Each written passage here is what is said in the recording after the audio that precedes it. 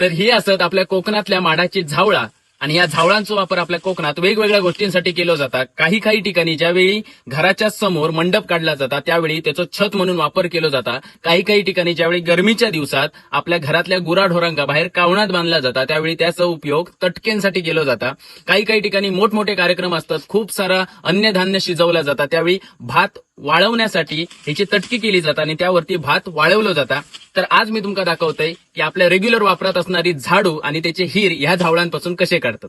चला तर बघूया. जर तुमच्याजवळ वला सॉप असा तर पहिल्यांदा त्याला चांगल्या झेजरून घ्यायचा आणि त्याच्यानंतर हिर काढूच्या आधी त्याची पाती असत ते असे ओढून घ्यायचो. म्हणून पाती काढून घ्यायचे आणि पाती काढल्यामुळे तुमका हे बघा अशा प्रकारे चांगलं हिर भेटता, कारण इथून पुढे त्याची वेणी घातली जातात. एवढे सगळे हिर मी काढलेले असे आणि हवे तसे चांगले हिर मिळाले आहेत.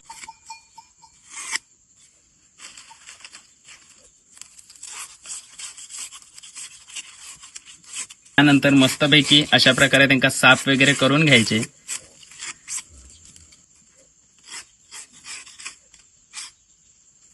बघा तुमका हवं तसो प्रॉपर हेर. आणि तुमका अशासाठी सांगितलंय कारण हे बघा नंतर त्याची अशा पद्धतीने त्याची वेणी घातली जातात, त्यामुळे ही जी बाजू असा ती खूप लॉंग आपल्याला लागतात.